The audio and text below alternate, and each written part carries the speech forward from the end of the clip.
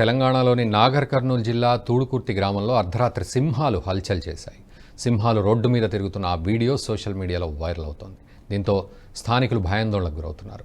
ఈ వీడియోలో కనిపిస్తున్న సింహాలు నిజంగానే ఇటీవల సంచరించాయా లేక పాత వీడియోనా అని కొందరు ప్రశ్నిస్తున్నారు.